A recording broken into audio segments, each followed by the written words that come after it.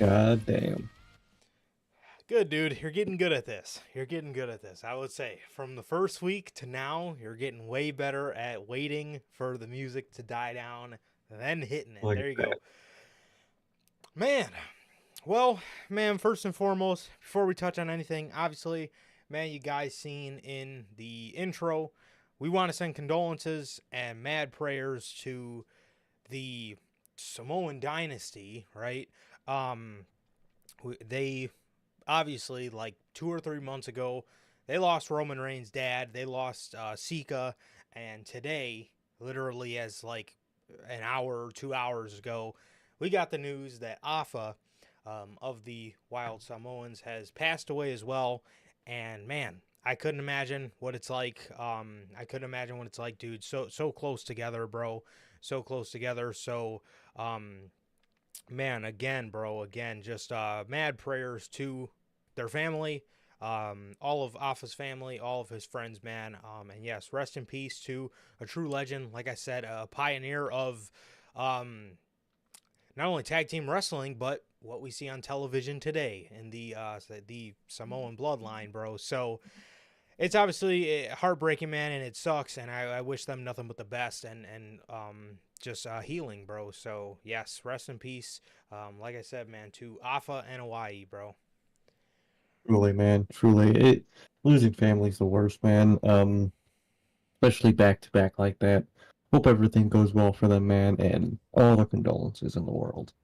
Yes, absolutely, man, absolutely. Also, want to just send prayers to one of our buddies that lost a loved one recently. Um, so he knows who he is, but prayers Mhm. to you, my man, my brother. We Truly. love you, bro. We love you, and again, same to you as well, man. And just wishing you the best and all your healing and whatnot, man. So yes, truly. So yeah, man. Yeah, but yes. So rest in peace to the legend Afa and Hawaii, man. And yeah, like I said, man, heartbreaking, bro, heartbreaking.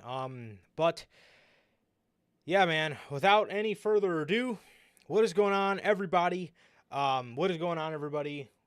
Welcome back to another edition of the Notorious Hills podcast, man. This is episode 227 of the podcast, man, and welcome to the show, everybody. How's everybody doing, man? Thank you guys for being here as always, bro. So, man, bit of an exciting time, bro. Bit of an exciting time, man. We got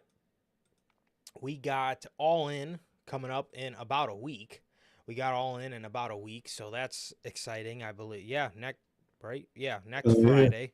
Yeah, right. Yes, next Friday will be next Friday will be the predictions for All In, bro. So we're definitely coming up on an exciting time of the year, bro. And then obviously we jump right into Bash in Berlin, as you guys know. But we're actually going to start you guys off with some All In news because it is interesting and it broke yesterday, and I know you guys want to talk about it, bro. So yes, we will get to that in just a second. But first, man, what is going on, everybody? Welcome back to another edition of NHP. Welcome back to another edition of the news, man. This is episode 227 of the news. And with that, if this is your first time watching, guys, do not know how the show works. Every Monday, we're on here after Monday Night Raw with Unscripted, and every Friday at 4 p.m. Central with the news, man. If you guys did miss this past Monday's edition of Unscripted, why? And I mean, why is AEW Dynamite getting worse the closer we get to All In? That is episode 208 of Unscripted, man. So if you guys did miss that, that is available for you guys on all platforms.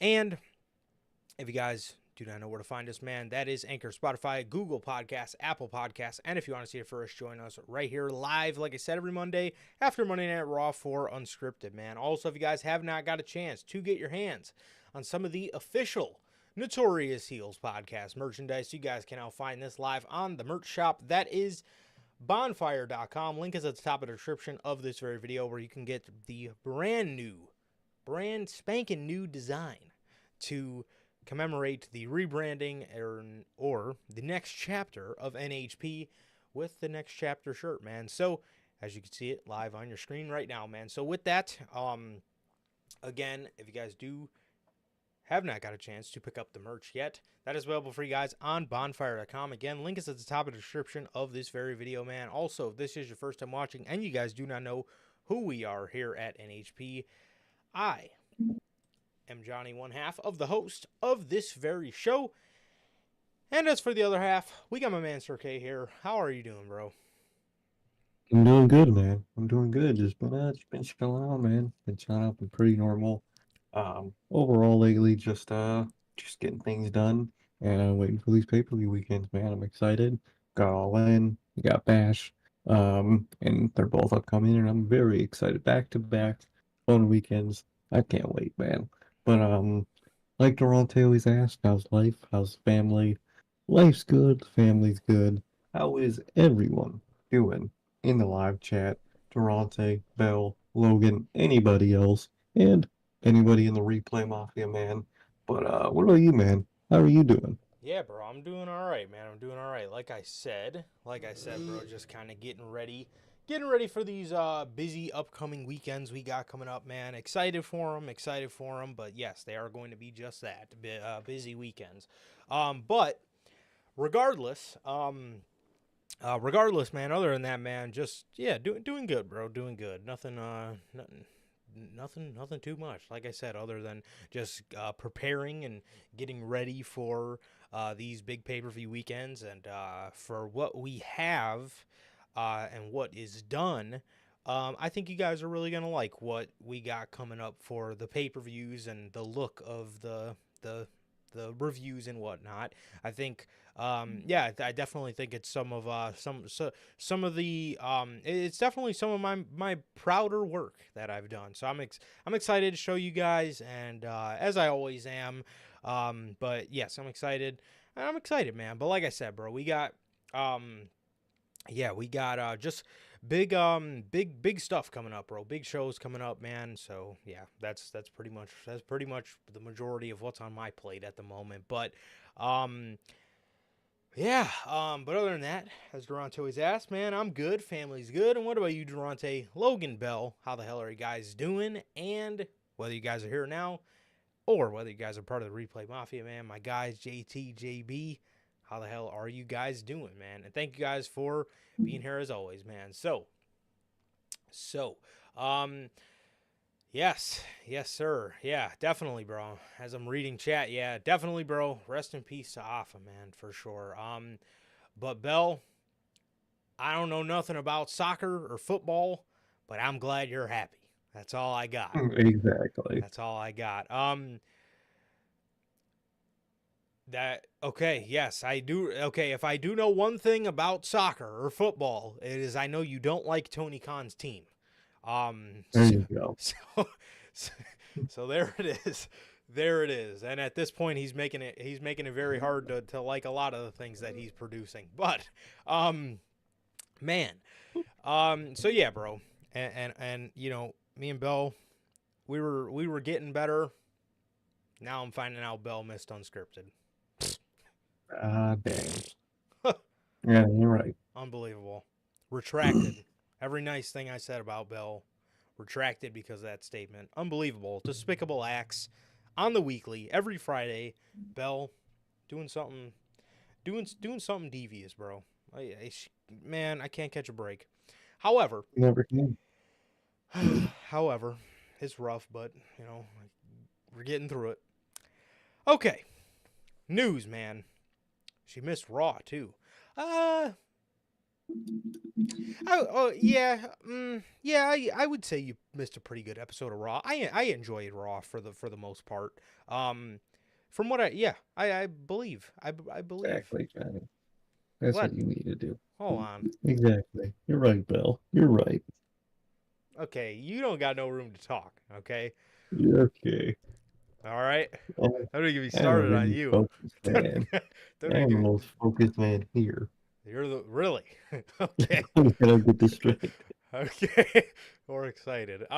So um listen, Bell. I don't even I would read with context. I can't even read the rest of that. All I read was I missed it, and that was already too much for me and my soul.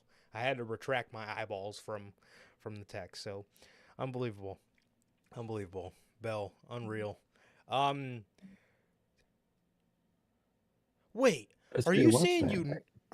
you normally can't watch Dynamite through YouTube clips?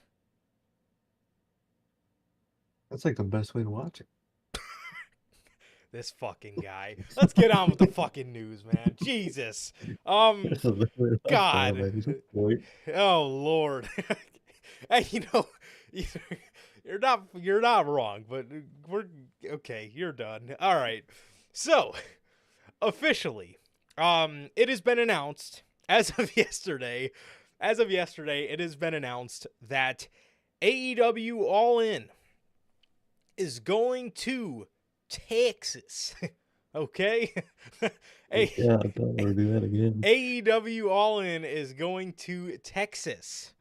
All right? So they are officially headed, they are officially headed to Globe Life Field in Arlington, Texas Hmm. on Saturday, July, yes, July the 12th. Oh shit! It's an actual summer pay-per-view. Yes, it is a Look summer at that. pay-per-view. So AEW did announce this news yesterday, man, with the unveiling of this logo. Actually, I'll tell you what. It's definitely given the vibe of like a Stranger Things kind of background with like the, dark sunsetting sky with like the long road, and then obviously the logo is kind of like a big belt buckle, and it says All In Texas. Um it says All In Texas, as you can see. I hope they eventually get the Saturday, July 12th out of the logo, because they did that last Yeah. year with the All In logo. They put All In London Wembley Stadium. Didn't really Mm. think that needed to be a part of the logo, but so I mean, I think they will. I think that's, not really much of a concern. I mean, at least I fucking hope they do. But this is the logo for All In, man. And how are you guys feeling about it, man? But how are you feeling about it, Sir K? Well, I'm excited, dude. Finally, I mean, TK. Man, Well, we'll talk about the other part of it. TK catching the hint, but at least for next year, man, he caught a hint and realized, man, maybe I shouldn't do the same show in the same exact location at the same time every year, yeah, and switch it up. With other news also, it's kind of obvious he's probably forced to, but yeah. it's good nonetheless, man. I'm glad they're moving all in to a different location, a different date. And I really like that idea. And although I still, with all in's existence, I think they should just cut all out completely from their pay-per-view roster. But even next year, it'll actually get actual build for the first time since all in's existence. So that'll Well, be nice for that too. Good. oh no. Finish up, finish up. Yeah, but overall, I'm excited, man. It's gonna be a cool location. I like Texas crowds. They're usually pretty solid. Um, so I'm excited. The logo looks good, and it's what's needed, man. Definitely, yeah. The logo does look really good. I like the logo. I like that I actually like that they went away from the traditional All In logo, which is like the, big blocky kind of font that we're used to seeing. Yeah, I actually like that they kind of went with something that is very Texasy. It's very hick. It's yeah, a very hick it is. font. And I actually think it looks really good. Yeah. I think it looks really good. And they're going to Arlington. So Arlington is closest to the Dallas area, which Dallas is one of the best Texas crowds when it comes to wrestling. You got Dallas, San Antonio's okay, Houston's horrible. El Paso is actually a very underrated wrestling Oh yeah. crowd. El Paso's very good for wrestling, but in terms of their big cities, Dallas is the best one. Dallas is absolutely the best one. But yeah, so I mean, Arlington, Texas is, where the Dallas Cowboys play, so that'll be good. That'll be good for that. So the first thing I wanted to cover is the stadium. So Hmm. the stadium holds 40,300 people or around there, and I think that's perfect because the first Hmm. All In drew about 80. Yeah. Now, the second one didn't come anywhere close to that. The second one came at about 50,000. And if they think going back to Wembley in 2025 is going to draw them any more money, or sorry, any more of a crowd, they're out of their fucking marbles. It's not going to happen. If you went from 50, or sorry, if you went from 80 one year to 50 the next, all in 4 in Wembley again, the third one in Wembley, that wasn't going to be any fucking good. And that stadium was going to be No. way too big to house 40,000, 30,000 people or whatever they had in mind, or sorry, whatever was going to be sold in terms of attendance. It wasn't going to be good. Okay, so this is the first pay-per-view in Texas. This is the first pay-per-view in Texas that AEW's doing. First AEW pay-per-view in Texas, and I think 40,000, if the stadium holds 40,000, I think you have a good chance. I think you have a good chance in having about high 20s to low 30s thousands of people. That's my guess. Yeah, I think so. I think they'll be able to fill it pretty solidly. I certainly hope so. Yeah, I hope so. Yeah, I certainly hope so, because I mean, if you look at Grand Slam, you know, AEW does Grand Slam. They do their stupid ass traditions every year in the same place. They've done it in Arthur Ashe Stadium. The first year, banger. The show was a banger as well. The second year was okay. You know, this year, I believe I've been hearing rumors that they've sold 6,000 tickets Yeah, to an which is arena so sad. that they used to have 20,000 people in. You know what I mean? So I'm proud of AEW, but I'm about to take my proudness away in a minute, because I'm proud of AEW for stepping out of the fucking bubble and taking the show somewhere else. You know, take it again. How do you expect the business to grow if you're not expanding new markets for your business to grow? It just doesn't. I don't understand that. You know what I mean? Well, we want our business to grow, but we're not going to try hardly any new venues. We're going to do the same fucking venue every year for the same fucking shows. All in. Went to Chicago the one year, and obviously it went away because it was an ROH, you know, it was an ROH copyright. They bring it back. It's in Wembley for 2 years in a row. All Out. All Out has been in Chicago. I think this is going to be year 5 or 6. All Out is in Chicago since 2019. So 19, 20, 21, 22, 23, 24. This is the 6th fucking year in a row that All Out is in Chicago. 6th year in a row. Double or Nothing was in Las Vegas. Grow. I know damn well AEW can get look at what WWE's doing, bro. I know they could get great fucking numbers if they brought a pay-per-view to. Why are you doing Dynamite in Wales? Why don't you do Wrestle Dream or All Out in Wales, or I don't know, one of your shows, Grand Slam? Why didn't you do that in Wales? Why are you doing a random episode of Dynamite in Wales? Do a pay-per-view there. Fucking mix up your pay-per-view locations, please. Man, I mean, I don't know, man. I don't know how much Tony Khan thinks that I don't know how much Tony Khan thinks that people in Chicago want 6 all-out shirts in their closet, but I don't. Okay, that's why we stopped going. Literally, I don't care to see the same thing again every year. And what makes it even worse is All Out 2022 and All Out 2023 had the same exact shirt. They didn't even switch up the logo on the shirt, even though the logo for the show was different. Yeah, sort of. They just reused the one from the year before. Just because why not? You're in the same location, it's the same pay-per-view anyway, so why does it matter? Like, bro, what the Yeah. fuck? But anyway, so stadium holds about 40,000 people.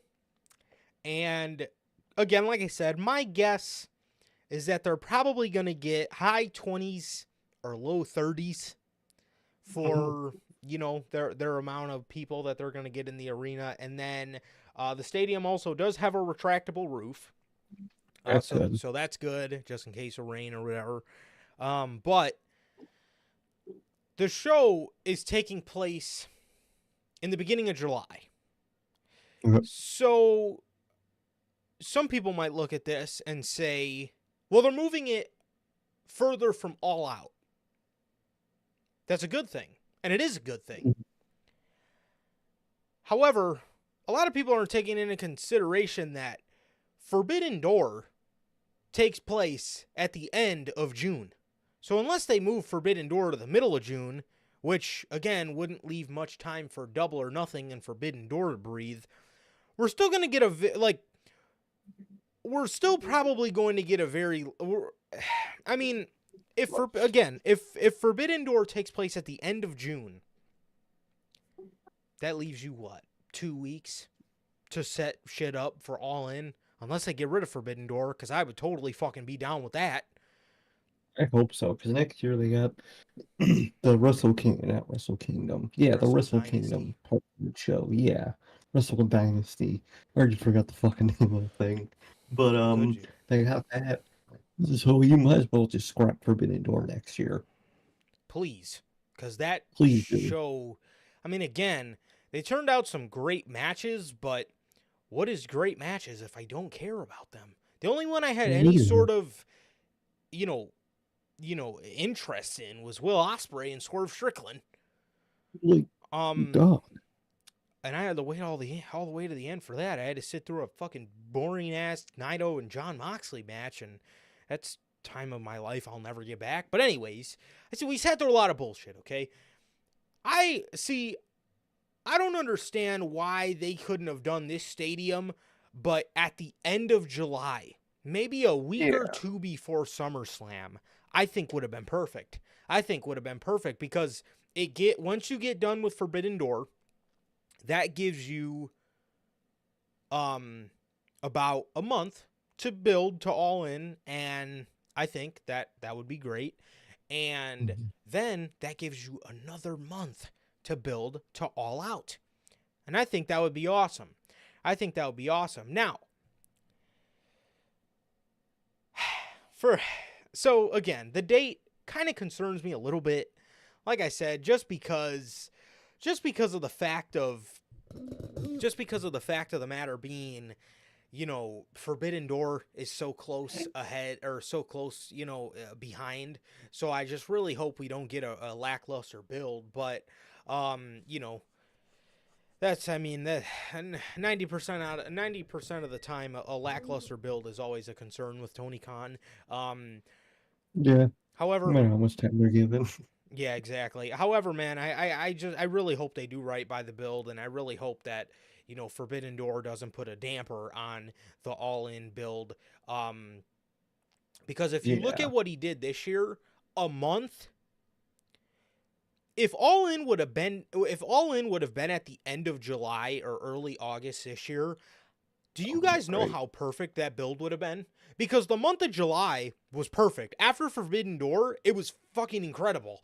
Those 4 weeks of AEW Dynamite, imagine if All In was placed at the end of July. That means we would have had those 4 weeks of good television on Dynamite coming out of Forbidden Door. That would have been your build for All In. And that was incredible build. I mean, incredible. It was amazing. Exactly. So Tony Khan's putting himself to the test, I guess, and instead of giving himself just 1 month, which would have been perfect, he decides to give himself 2 weeks. So that's a bit of a concern. But then, as proud of AEW as I was for it's always gonna hit, taking a step in a different direction and trying something new in 2025, what do they decide to do? Following today's announcement of AEW All in Texas, July 12th, for July 12th, 2025, AEW President Tony Khan revealed AEW will be returning to London in 2026. Please don't do it all in again. Please. Just take a different pay-per-view to Wembley at that point. You're returning to London in 2026. Again, now, I don't believe I can. Let me see. Oh, wow. I'm just seeing this now. AEW All In is scheduled for 10 to 12 matches. Oh, Lord. That means in this 1 week we have left for the pay-per-view, Tony Khan's going to announce another 4 matches for the show. Oh, good Lord, it's gonna be like Great. from fucking 11 to 5. Good Lord. Yeah, gonna be a whole shift. Oh, literally. Yeah, so he says, let me just double check, because I don't believe he said they were going back for All In necessarily.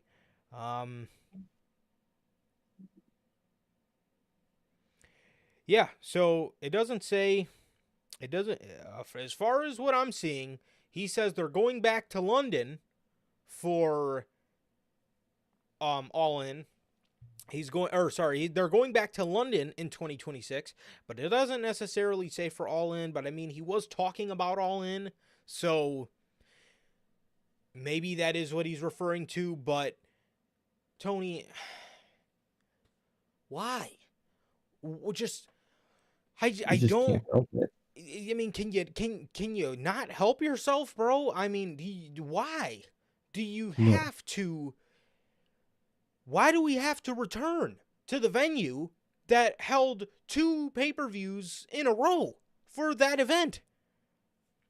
As proud as I was of AEW for taking a step away, like we've been telling them for years, they need to step away from running the same markets. They take a break for 1 year and they're fucking right back the next. Never fucking fails, dude. So this rose the question. Okay. Why can't AEW run Wembley in 2025? Did they choose, or as the rumor is going at the moment, were they forced to not bring AEW All In to Wembley again? Because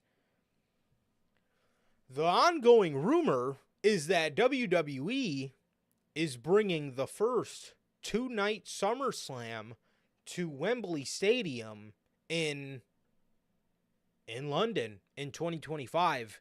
Whoa. Man. If that's true, and again, that's the rumor, that's huge. That's huge because this is very unlike Tony Khan to just skip out on Wembley, because I know damn well if he would have got to run Wembley, he absolutely would have. Now SummerSlam takes place in the beginning of August.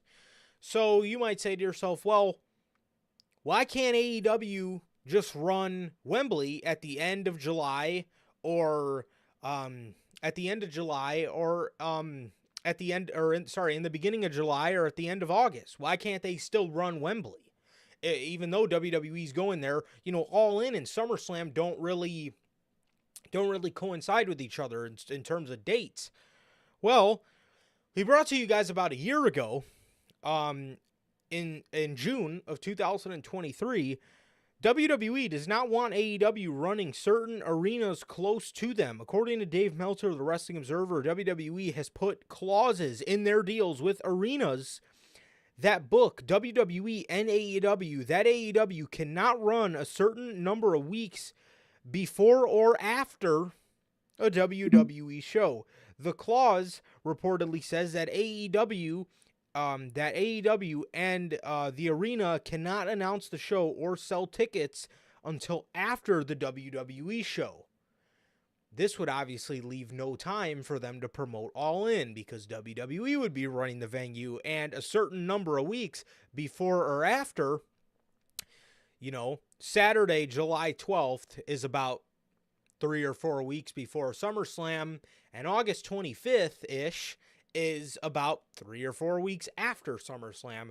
So this would leave AEW forced out of Wembley Stadium. And that, honestly, bro, to me, makes the most sense as to why, because you know Tony Khan would have ran Wembley. You know he would have. Oh yeah, it's Tony Khan. Of course he would have. And this leads me to believe that WWE probably got Wembley Stadium for the first 2-night SummerSlam. That's my prediction, man. But how do you feel about all this? I think it's really interesting, and that rumor could very well be true, man. I mean, I do remember, they can't run shit close to each other because WWE puts that in their contract, and maybe they're already making that because it's obvious with like the Minnesota SummerSlam and whatnot. WWE will make a deal with an arena years ahead. And be like, hey, we're doing this then. Let's lock it in now. Maybe been in the works for a minute. Maybe it's finally only getting ready to be now announced. Now this AEW announcement might even have fast tracked next year's SummerSlam announcement because kind of got leaked in its own like weird way. But it's really interesting. It could be true. And boy, I fucking hope it is, man, because Dude, um, next year needs to be 2 nights. It has to be two yeah. nights, and I think Wembley would be the massive location. Plus, 2 nights in a row of like fucking 11 to 2 pay-per-views with Oh, fucking WWE. man. That sounds beautiful, man. Whew. That sounds fucking wonderful. Yes, So sir. I hope so, man. I really hope so. I don't really care if Minnesota gets the first 2 night SummerSlam. I think it's needed this year, let alone next year. So I say just do it next year, and I hope they do it. But these rumors are really interesting. Yeah, absolutely, man. Absolutely. And I think London is a good place for that. And I think London is going to continue to be one of WWE's partners that they do these big shows around. I believe with Triple H in charge, honestly, with all this news coming out, this is genuinely leading me to believe that they're running Wembley next year for SummerSlam, and it's going to be the first 2-night SummerSlam, like he said. They said, like he said, Bell says, like Triple H said on the SummerSlam press conference, that man, when he was asked that question, he sounded deflated. Like he sounded like he Oh, still he's had going one more night left in him of shit he wanted to exactly. book. And with how big they treat SummerSlam, it's got They to be have two to. nights. I mean, Ye- the everybody could feel it. You could just tell, like this year, that it was just it was done for the one night shit. I mean, there was two more matches. Like everybody brings up the two matches that could have been on this year's SummerSlam, which is obviously Bloodline versus DIY, Uncle Howdy versus Bo Dallas versus Chad Gable. Uncle Howdy versus Bo Dallas. Bo Dallas versus Chad Gable. People want to see those matches. If you would have added those two matches on top of the 7-match card, you would have had 5 matches on one night, 4 matches on the other. Dude, that sounds amazing. That sounds amazing. And I think there's, my man Logan, I love you. All respect to Minnesota, but I think London is the perfect place, and I think Wembley is the perfect place to have the first 2-night SummerSlam, man. It's a big venue, it's a big city, and I think I think that's the right move. I think SummerSlam at one night is done. It's so I think done. so. I think it should be, and I really think it is, man. So and dude, imagine the logo, the nice Whew. London-fied of SummerSlam logo. Oh, it was better than the fucking shit we got now, man. So I'm excited. I hope this is true, and getting me excited for SummerSlam. It actually is starting to be the second biggest show on their pay-per-view roster, which is good. Yeah, absolutely, man. And I mean, if you continue to have man, I mean, if you continue to tell stories the way you do, and if they continue to build stars the way that they do, man, I mean, these SummerSlam shows are gonna look very good for years to come. Years to come, man. So yeah, I think it's gonna be good, man. I think it's gonna be good, and I'm excited to see what they got in store. But like I said, man, with Tony Khan not running Wembley, everybody knows. Everybody here knows. everybody that doesn't even watch us know that if it was up to Tony Khan, He would have done then it again. he would have did it again. And I genuinely believe he was forced to leave Wembley, because last night I'm thinking about this and I'm saying, well, maybe that's not true, because he still could have ran Wembley anyway. But then I had a brief thought to, again, like I just read off to you guys, the story that we ran about a year ago, where I thought, and I said, oh, wait a minute. Doesn't WWE have that clause that, where they can't, AEW can't run before or after in the same venue as them? And again, that's when the light bulb went off in my head, and I said, God damn. I said, that is probably exactly why Tony Khan did Texas. It's not because he wanted to do Texas. It's because he might have been forced out of London, and he figured, okay, well, I guess this is the perfect time to maybe try a baseball field as in the U.S. market.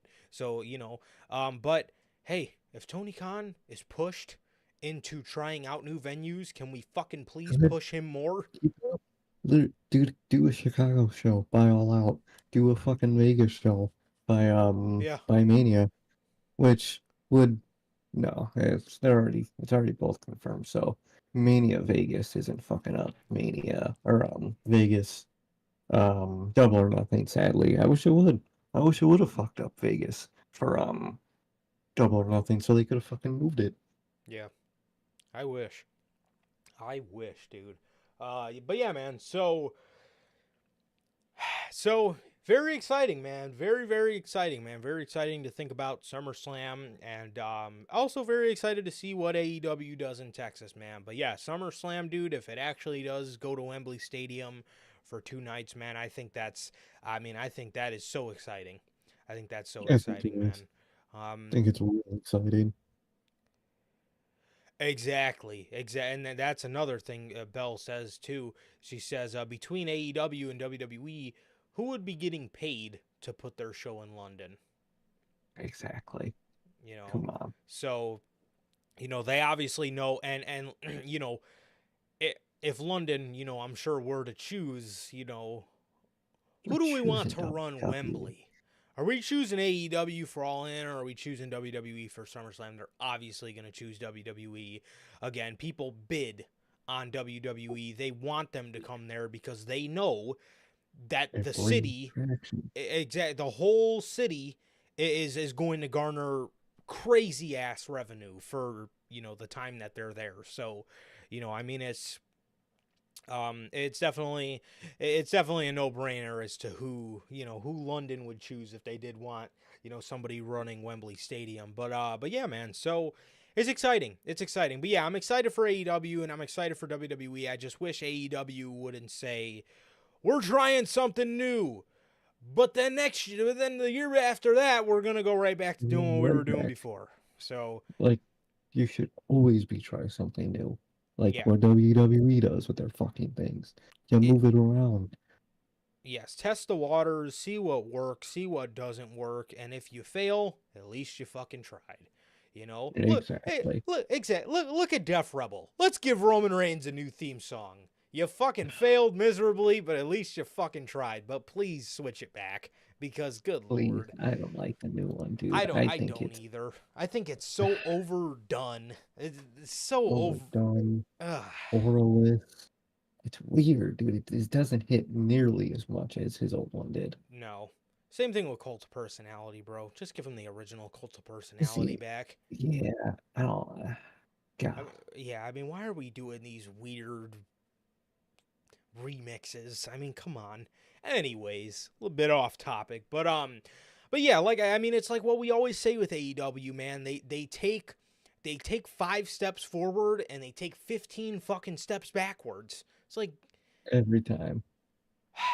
Anyways, Tony Khan hints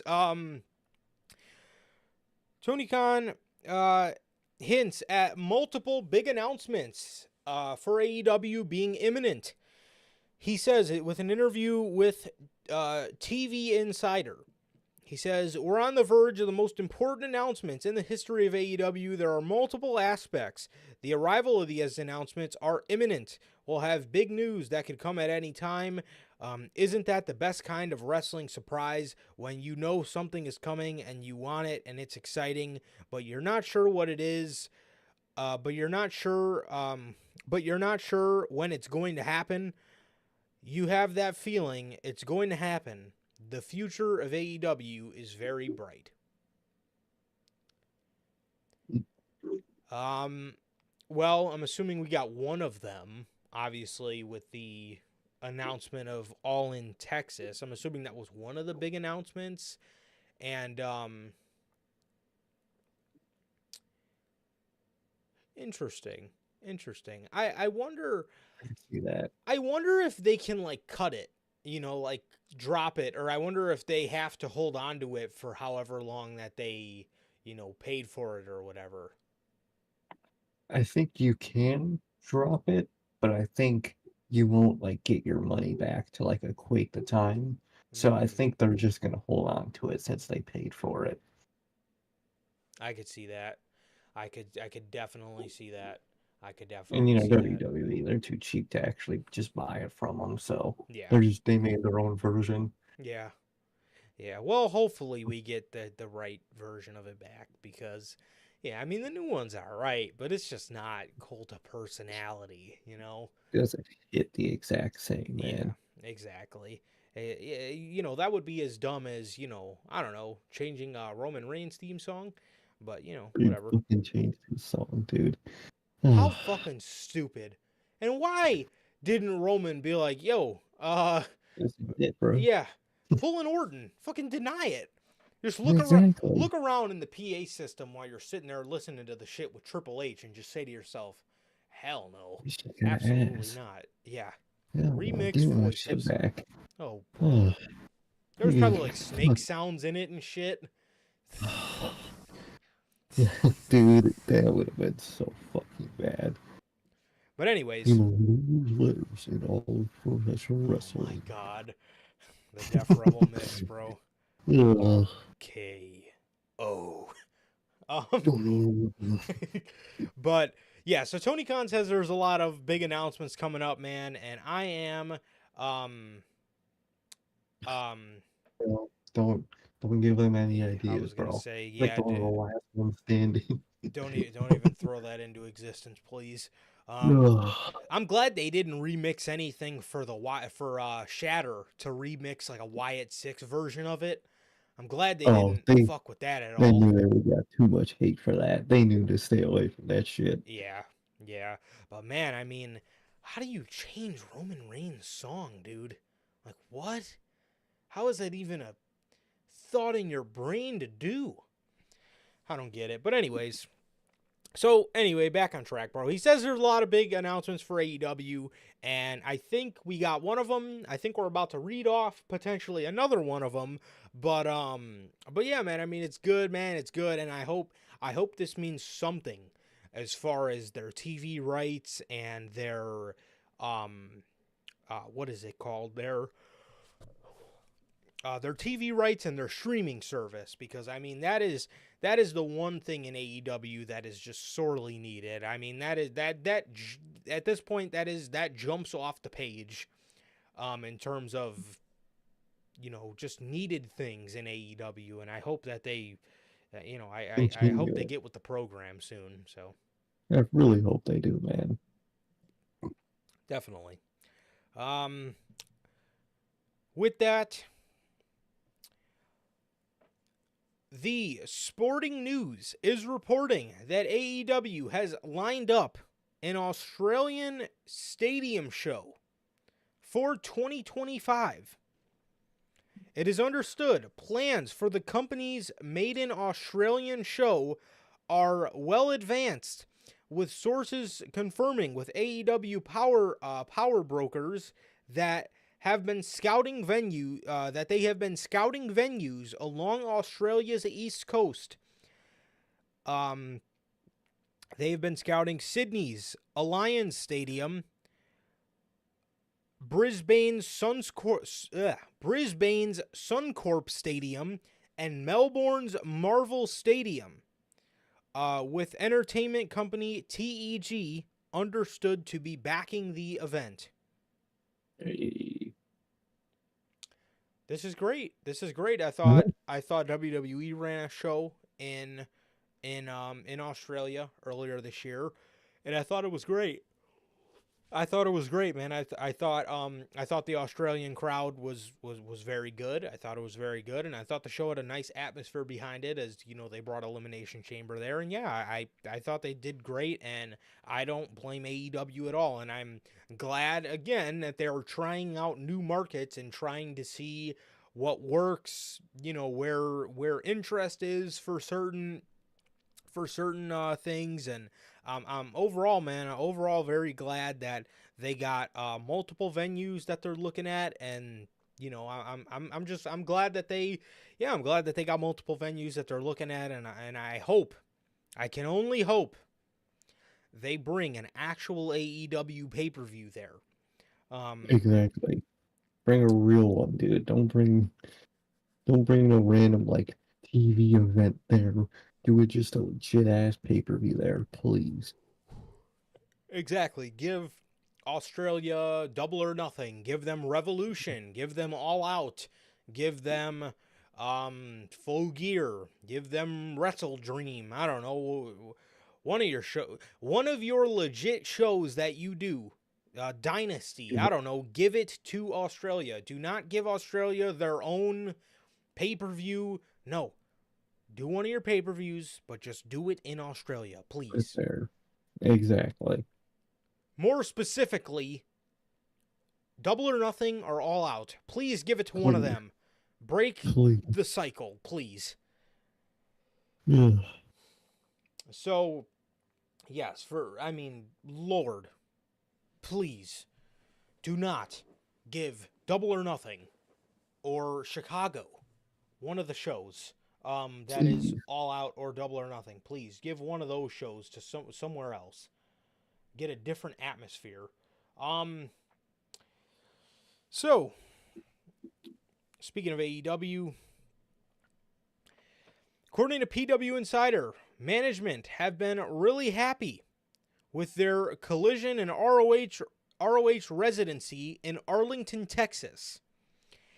In particular, management have been delighted with the crowd heat for heels and the overall atmosphere inside Esports Stadium.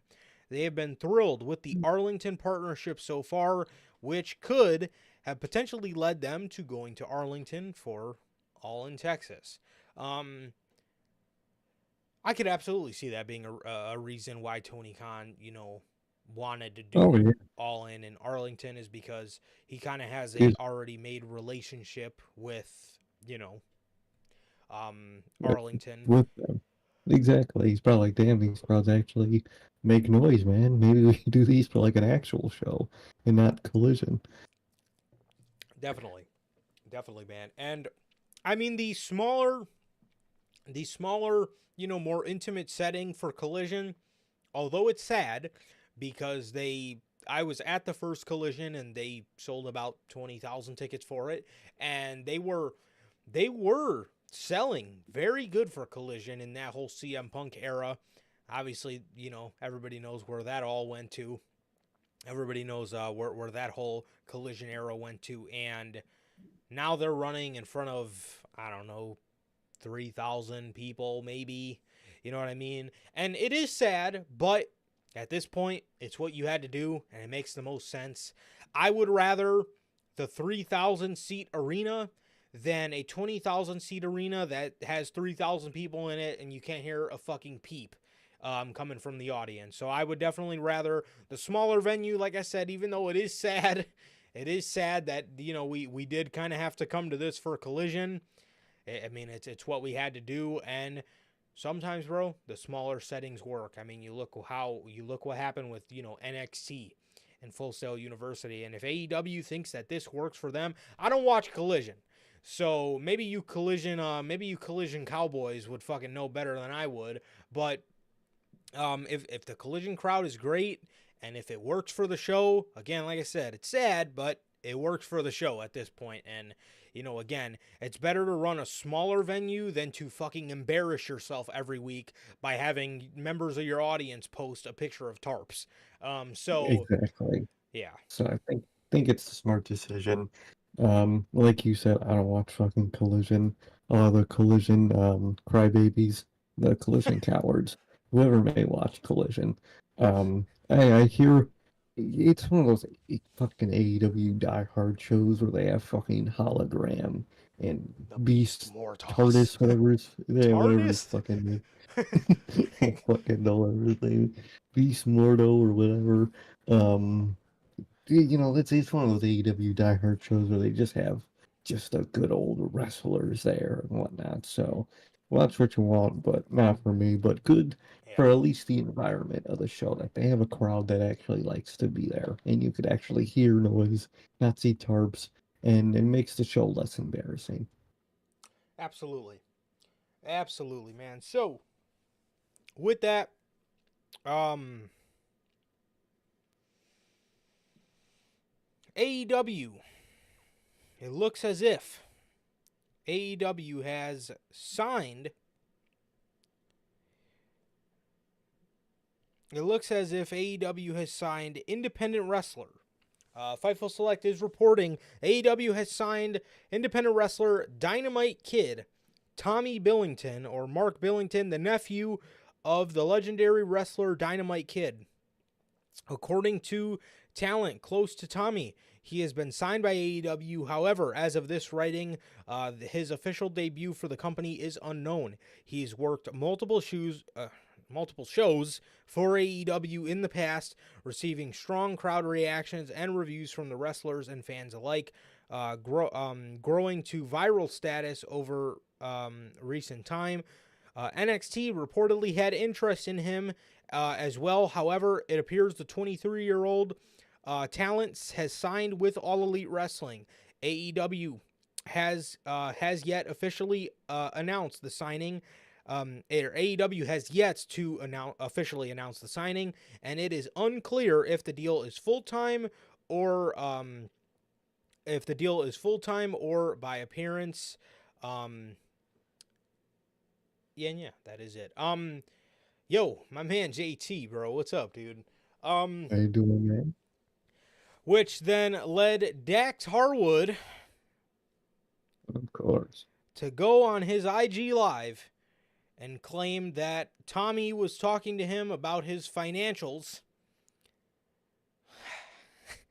Tommy was talking to him about his financial situation and he needed a job. So Dax told him, on Collision tonight, we're going to get you signed.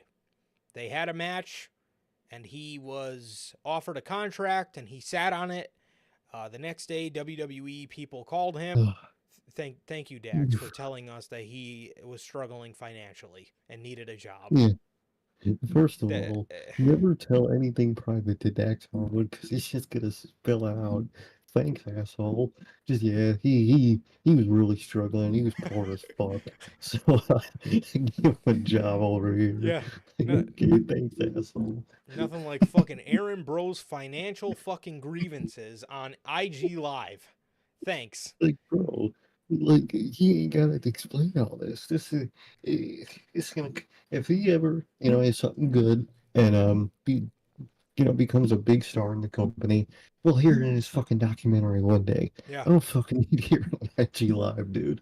You didn't have fucking Damian Priest going on IG Live when he was fucking broke every day. yeah. Like, Hey guys, I'm street trash. I'm in the streets, street hoping to be trash, world chilling heavyweight here and champ one shit. day. Hoping my ROH tryout goes well. Come on, dude. Like, bro, and second of all, if I was him, would it have been a little scummy to take the WWE spot when when your buddy kind of got you spot out? I still probably would have took the WWE spot personally. I mean, you're young, training. I'd pick up the spot in NXT, dude. You probably get paid less, so obviously that's his decision. But if I'm thinking about career, probably would have went with WWE. But AEW Probably. does seem like the faster money, so I understand why you went with the AEW. He did mention why he signed with AEW. I think he said it was something. I can't remember what he said. He might have even said it was financials. I can't remember Or exactly. I know he did kind of briefly touch on the reason why he didn't sign with WWE, but I mean, again, bro, it's just like I want to like Dax, bro, but it's just he just comes off so fucking corny, dude. like he's just a fucking living cornball, bro. Like, fuck are you? Yeah, man, he was broke as shit. I gave him a job over Come on, here though. bro. Why the fuck are you saying that, dude? Like, yeah, What the fuck? Tommy, spoke to me about his financials and his financial woes. What? Why couldn't you have just said, me and Tommy set out and we set out to get him signed that night. We wanted him to show out because he's fucking great and we wanted him to get a contract and I wanted him to be here in AEW. A lot of people wanted him to be here in AEW and we wanted people to see what he was about. And we set out to get him signed. We had our match. He came to the back. They offered him a contract.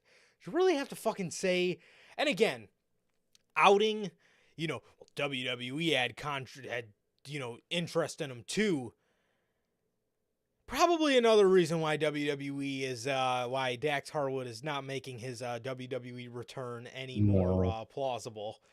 just giving out info like that, like, Yeah. buddy, Uh, you, you couldn't have dude just is just privately told living. that to Sap or something. I mean, come Yeah, on, dude.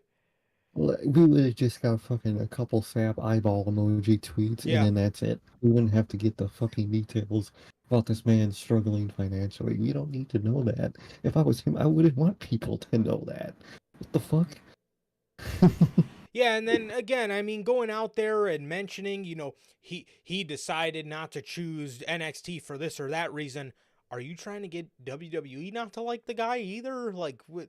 Yeah, like thanks for fucking up his future chances. Like, dog. Now, again, I Oh, mean, if he's that good, WWE will end up taking him anyway. But I mean, what was the fucking point of that?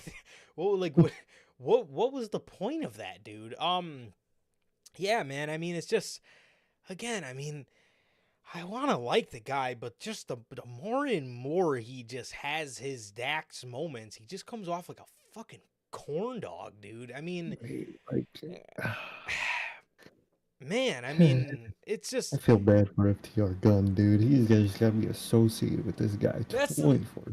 that's the funniest part is I like Cash. I like every time Cash He's is on just the a mic. cool ass dude. Yeah, I think he's really cool. I think he, I Genuine. yeah, he comes off like a badass. I was rewatching the dog collar match with the Briscoe a couple days ago, and just he just comes off so cool.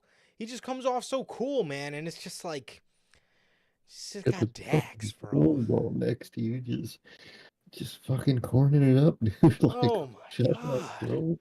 Like Like, fuck. I know you got the best intentions at heart, but like just Yeah. come off so corny, bro. Like, does you really have to sit there? He came to me and spoke to me about his financial. What are you serious, bro? Uh, and and he fucking and he knows he's doing it because he says before, I really hope Tommy doesn't mind me saying this.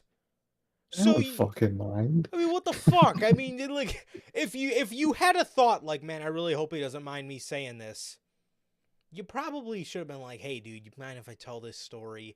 And again, I mean, bro, this is about the man's financial situations, bro. I mean, But no, what sometimes, sometimes, bro, of course, you'll say that stuff about your buddies, in in yeah. in in a humble manner. Like, man, he did a really nice thing, and I really hope he doesn't mind me saying this, bro. But, like I feel like that's Exactly. Tommy's story to tell.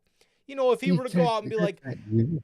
I really hope Dax doesn't mind me saying this, bro, but he had that match with me. He set out to get me signed, bro. He's a great guy. We all know Dax is a great guy.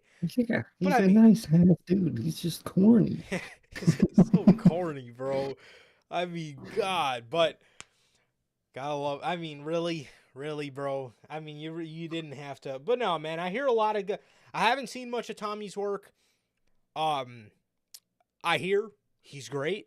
I hear Tommy is great, and I'm excited for Tommy. And if AEW has yet to sign the guy, or sorry, has yet to announce the signing of Tommy, I hope he debuts in a big manner. And I hope he debuts in a legit manner, and I hope he can actually be a future piece to the company, man. I hope, like I said, man, I hope I hope he can be a future piece to the company and one of the future guys if he really is as good as people say he is, man. Yeah, I mean, from the sounds of it, it sounds like he's got a lot of upside. It sounds a lot of these guys AEW signs nowadays do not have the fucking upside, and Exactly. it sounds like Tommy's got the upside, and I hope he does, and I hope that we see more of him, bro. So yeah, but yeah, I mean that's AEW signing Tommy Billington, and that is Dax Harwood being a fucking cornball yet again. Never fucking fails, dude. Never goddamn fails. It really doesn't, dude. God. So, yeah, man, that is the news on Tommy Billington signing with AEW. And, yeah, man. So, speaking of more AEW news, Adam Cole. According to Fightful Select, Adam Cole is set to resume in-ring training soon. What? Soon? Yeah. Oh, You mean fucking bust. you mean to fucking tell me it's been 11 months and he still hasn't even gotten in a ring yet for an injury that has time of 9 months? That means he probably should have been walking and in the ring at about 7 or 8 and have been cleared by 9. Oh, Dude, that brother. whole process is fucked. And worst part is, it's taken all this time and whatnot, and I bet when he comes back, he still won't be like fully healed by the time he fucking Tony Khan debut, returns him. This is what happens when you got the guy coming to TV every week. He's not able to Mhm. heal. He's not able to heal his injuries. Um, Again, he's coming there every week. He's rolling out in a wheelchair and cutting promos in a wheelchair, and he's doing all this stuff. You know, you got him taking fucking brain busters in the middle of his recovery. You got him taking bumps. I mean, dude, this is why you let people heal, because it's been 11 months and he hasn't even gotten in a fucking ring yet. That means this 9-month injury probably turned into about 13 or 14 months worth of an injury. And that perfectly sums up Adam Cole's AEW run. Injury ridden. Come on, man. I mean, hasn't even got in the ring yet. That is insane. That is fucking insane. And again, and this is exactly why people earlier this year were like, well, it's good Adam Cole's still on television for what? The Undisputed Kingdom? We knew the moment they debuted. The group was dead. We knew before they even took the fucking masks off. The group was probably going to die, because this is what Tony does. This is what he does with acts and groups and stuff like that. This is what Tony does. He kills them. He literally destroy, build, destroy. That's all that man fucking does. I mean, man, he would have been perfect on that show. That was one of my favorite shows when I was a kid. Destroy, build, destroy. I love that fucking show. Tony That's what I was thinking. Khan should have been the host of Destroy, Build, He should have Destroy. been. Because that's all he fucking does every day. He fucking destroys something, he builds something, and then he just destroys it again right after it's finished. It never ends, dude. Fucking Man, 12 plus months for a fucking 9-month injury. ridiculous. This guy should have been back in June. What would that? Yeah, in June. That would have been the 9-month mark. June or July at the most. Should he be wrestling at All In? He absolutely fucking should have been. Because He should have been. Yeah. dude, again, this is 11 months of a 9-month injury, and he hasn't even got in the ring yet. Take fucking better care, bro. I mean, come on, man. Please.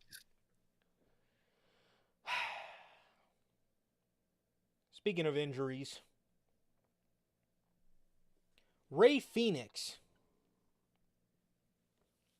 According to Wrestling Observer newsletter, there is a concern there is a concern now because AEW has the right to extend Ray Phoenix's deal for another year due to time off of injuries.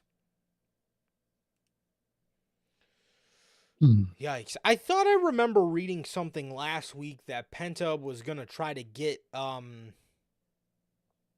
yeah, here it is. Multiple sources in AEW today believe Penta is pushing back is pushing back on Ray Phoenix so his brother will be able to leave AEW without any contractual hurdles. Okay. So that was from last week and like Meltzer says here, man, or not Meltzer, as Wrestling Observer newsletter says here, I don't know who it was, but as they say here, AEW has the right to do it, but I mean, from the sounds of it, it seems like Penta is kind of trying to push back to kind of get him, which, you know, I was hearing reports that, you know, the Bucks weren't at AEW Dynamite a couple weeks ago to specifically meet with the Lucha Bros. So I don't know if that, you know, because I know those two teams do have a good relationship, and maybe that's what it was about. Maybe, you know, Penta was kind of trying to, you know, get Their humanity. get Ray Phoenix kind of out of his deal without having to take off for injury times. And if AEW was smart and if they wanted to keep a good relationship with the Lucha Bros and potentially have them back one day, I would just let them go. I would. I definitely would. I think just letting people go is going to be better for your future of not only getting that said person back, but it's just other wrestlers observing, you know, your contract history. I think it does nothing but good. Definitely. And again, the Lucha Bros have been, again, they've never been problematic. They've never been an No. AEW talent that they've never been, I mean, you know, maybe sometimes they Mhm. don't know when to go with the right finish, but they don't, you know, they've never been a They're not team. purposeful Exactly. backstage. Exactly. You know, they're not jackasses backstage. They're not somebody AEW management has any reason to stick it to. You know what I mean? No. And you know, again, if they were smart, I honestly would let Ray Phoenix go because again, you do this, you keep him here, hold him hostage another year. All you're gonna do is piss him off, and you're gonna piss Literally. Penta off as well. And then at that point, who knows? You even get them back. You know, maybe one day. You know, if they do decide to come back, but if I were them, man, I would let them go. Definitely. I would. I would. I would just let him go. I think it's going to be better for you, for the reaction, and just for how people perceive you. And I even saw a fucking diehard AEW fan tweet out that if they were to you know, extend his contract through fucking the injury stuff, an AEW diehard fan that said that in their eyes they'd be no better than WWE, and they really wouldn't be the alternative Yeah. anymore if they started doing things like that. So hey. Yeah, if you want to be the alternative, just let the man go. Absolutely. Absolutely, man. Again, he's done nothing. You know, he's done nothing but constantly do try his best in AEW. And like I said, to our knowledge, he's never been problematic, and they never have been. And they have a good relationship with the Young Bucks. So I really think if AEW was playing their cards right here, they would let them go because again, you don't want to piss them off because they're AEW originals, and you always want to leave that door open. And with the state that the AEW tag division is in right now, you absolutely want to keep that door open. So because at this point, at this current stage of AEW, there are three teams. Okay, there are three teams that they have: FTR, Bucks, and Acclaimed. That is all they have on the roster. And don't give me Literally. none of this Bear Country or Iron Savage, MX Collection or whatever their fucking names are that didn't change their gimmicks. They just went with their WWE gimmick. I don't know. Whatever. There's no other teams. There's three fucking teams. So your best bet is saving, the tag, is trying to open the door for one of your OG tag teams. So, yeah, I mean, please. I would only hope. I really hope so, man. Yeah, speaking of the Young Bucks, according to Wrestling Observer newsletter, the Young Bucks' new AEW contracts are said to be fewer dates than the prior contract. Their recent time off television was time off agreed 2 months ago. Given the number of dates left, they won't be on every Wednesday show between now and the end of December, but they will be there most weeks. Get those tag titles off those fucking guys. They yes, but your I other two mean, options aren't really good. That's the only thing with them.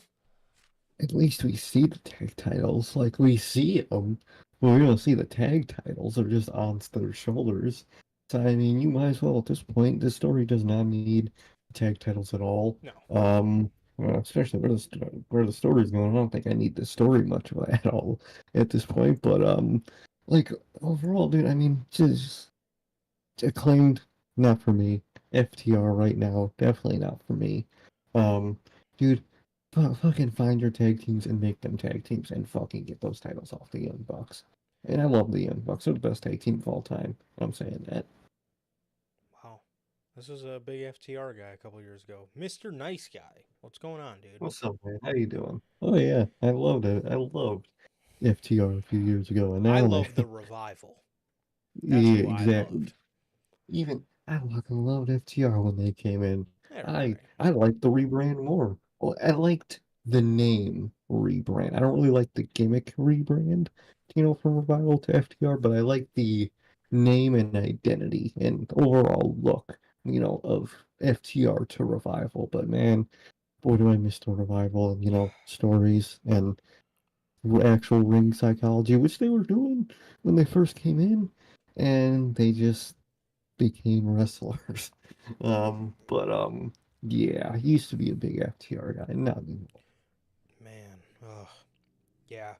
I mean, FTR was all right. FTR was all right, bruh. They were okay. They were okay, but man, yeah. They were really good, man. Pulling up in the FTR truck, man. That was pretty hard. That was dope as That was shit. pretty Like, hard. they were cool as fuck. I do like their names too better. It's just, just please stop giving Dax a mic. When it comes to on TV, that's really your biggest thing you need to do with them. Stop, for the love of God, giving Dax a mic. Yeah. 100%. 100%, man. Yeah, I wish they would have went back to WWE, man. We would have got the revival. We would have got these guys to actually have a gimmick. And again, I don't think Dax would be allowed to go out there and just talk about the same fucking three things every single promo, even though it has nothing to do with what he's doing. They Oh, just, there you man, go. they would have just been so much better. They would have been so much better in Yeah. WWE. The FTR is just not it, bro. But I anyways, love WWE. Yeah, them oh promos. God. Yeah, just give me my Southern Proud Hicks again, I need it. please. I mean, Yeah. man. God, Well, they were the great. worst part about them coming to WWE would have been the Death Rebel theme song they would have been given. Ah, only could I use the CFL theme. We're reviving. Dun it, We're dun reviving. it. That was Fear the revival. Shatter Machine. Oh, Yeah, the song would have been bad, but I love how that's like the fucking one thing people look at as like a negative to going WWE. Like that jumps off the page for people. oh, Like because people you're get gonna get an ass theme song. yeah, like we get excited, like, oh man, the Lucha Bros are going to WWE, MCMG is going to WWE, but then all of us sit back and we think, oh no, they're gonna have to fucking come out to a Def Rebel song, and then all of us just salivate and just what their Sad intro, bits. yeah, what the intro to their song's gonna be. But yeah, I mean, I genuinely would sit here and say, man, we should probably get the titles off the Young Bucks, but bro, they don't have any fucking body to put the things on. That's the thing Yeah. with AEW, man. It's like, I can say that, like, again, for WWE, I could say, man, you got to get the titles off Awesome Truth. You could put them on AOP, Judgment Day, you know, I don't know, this team, that team, or whatever. For SmackDown, you know, DIY or Bloodline or whatever. You know, there's, I guess, a little bit of teams, you know, even though, you know, their tag team divisions aren't intriguing themselves. But AEW, man, if you think WWE's tag team is dead, tag team division is dead, AEW, I mean, dude, again, I would genuinely sit here and look right in this fucking camera and tell you we need to get the titles off the Young Bucks. That's not the fucking solution here. We got to build up the tag team division, because you got to give me a reason to complain at this point. But genuinely, if I say get the titles off the Young Bucks, I don't want to see the fucking titles on the Acclaimed, and I sure as hell don't want to see the titles on those two corn dogs, FTR. I don't. One corn dog and I was gonna say, fucking one corn dog and one corn ball and then the innocent bystander, FTR gun. But dude, I don't know what you do, but I mean, in terms of, I mean, like it says, they will be there most weeks. They're just taking on a lighter schedule as they're getting older. Again, the Young Bucks, exactly. They're my GOAT tag team of all time. And for as shitty as tag team wrestling has been, isn't it insane to think the Young Bucks will probably be tag team of the year, because they've done the most. And they, and at that, I mean, it's been very mid. Oh, dude, that's the worst part. You know, I'm saying get the title off and whatnot. Like I said, they're probably going to be tag team of the year by this point. I mean, if the voting was now, I would give it to Young Bucks right now, and I doubt any tag team, you know, is going to feel really that good this year. I mean, tag team wrestling as a whole, no matter the company, is fucking treated like ass, dude. So it's the least important division in every company at this point, and it's so sad to see how it's fallen. Yeah. Dude.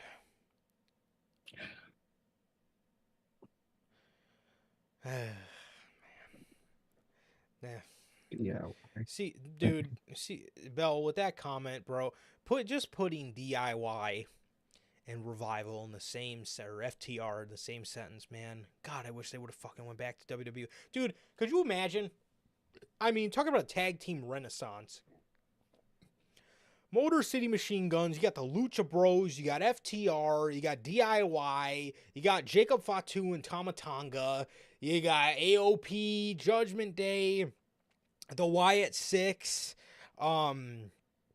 If only the Bucks would just get fed up with Tony Khan's bullshit and make that jump. Oh my God, that would have been amazing. That would be amazing. Yeah, I wish. But for as sad as tag team wrestling has been this year, it is so sad to think the Young Bucks, at least right now in August, they're probably going to win tag team of the fucking year. I mean, good Lord. I mean, that is sad. Because they really haven't done much, but nobody's done shit. Unless Jacob Fatu and Tamatanga go on to have a generational tag team title run, then they fucking flip that switch and just start going fucking crazy. Yeah. And I doubt it. Or maybe in the later half of the year, if we could count on the Wyatt Six maybe having a nice little tag team run, then maybe they could secure the spot. But good Lord. But nah, like I said, man, you know, even though it's been a down year, bro, you guys know I've stuck with this whole time, bro. The Young Bucks are my GOAT tag team of all time. Everybody knows how it goes, man. It's the Bucks, it's the Usos, and it is the Revival. It is not FTR. It is not. They might even be replaced with the Briscoes, but it's overall it's the Revival. Okay, FTR is not making it anywhere on that list. I'm sorry. Revival were just goated, but if any team deserves it, it's the Bucks. They're getting older. They've worked their ass off. They've just, you know, that they're, you know, whether you want to admit it or not, bro, they're one of the greatest tag teams of all time, no matter if you like their style or not. 9 times out of 10, and I know a lot of people might not want to hear this, if you like the Young Bucks, you can't really say anything bad about the Usos, and vice versa. So those are my 2 greatest tag teams of all time, bro. I love those tag teams, man. And if anybody deserves it, it's the Bucks. And like I said, they're not on a Roman Reigns, they're not on a Brock Lesnar schedule, man. They're literally just on. They'll be there most weeks, but it is less dates. But they will be there most weeks, and they deserve it. They've worked very hard for that schedule. So yeah. Exactly. And again, I can't tell you guys how bad I want to look down this camera and tell you guys we need to get the tag titles off them, but there's no alternative in AEW for the tag team division. There's none. You got the Bang Bang Gang. I can't even finish that. Case in point. We have the Bang Bang Gang. No. Can't even finish it. So ass, dude. Yeah, so that is that. I want to say that's it for AEW news. Yeah, that's about it for AEW news, man. The way I see it. Oh, 100%. Yeah. You know, I think Jay.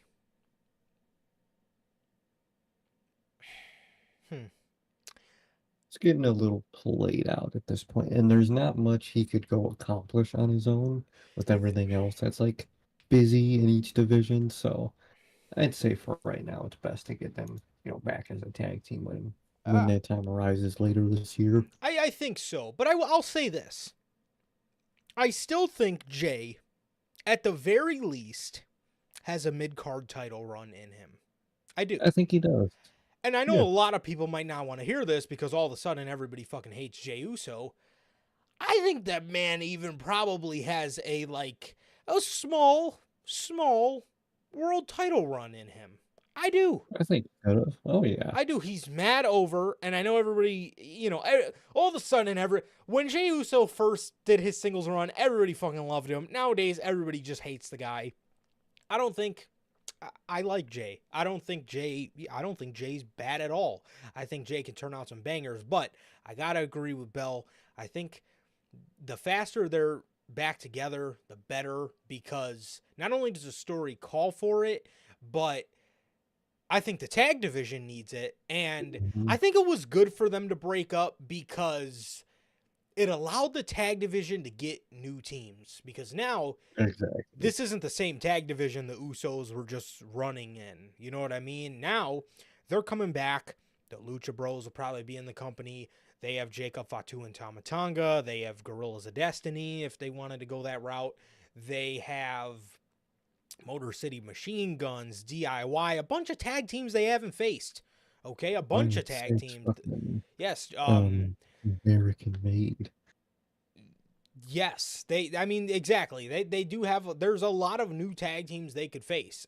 So I think it is time the Usos get back together, man. And like I said, I think the story calls for it, and I think it's best case scenario for everybody involved at this point. However, I would like to see Jay at least get a mid-card championship, man. I really know he wanted the Intercontinental title because that was what Umaga held, and I would really love to see him accomplish that someday, man. I would really love to see him accomplish that, and I would really love to see Jay, maybe when all this bloodline stuff is over, maybe him and Jimmy don't break up. Maybe they just go their separate ways for a little bit. Again, to let the tag team division kind of grow without them.